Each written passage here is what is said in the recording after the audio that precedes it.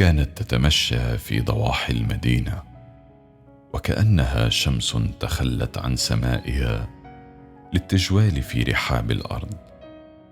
فناديتها باسمها الذي منحته لها والدتها، فقالت لي: كيف عرفتني ولم ترى وجهي؟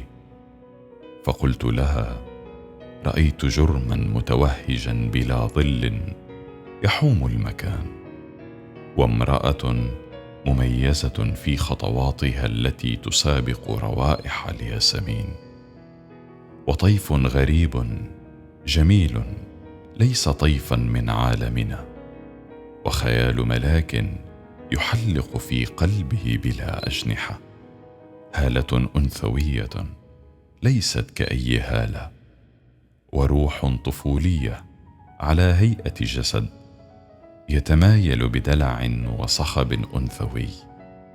فعرفت حينها أنها أنت ولا أحد غيرك.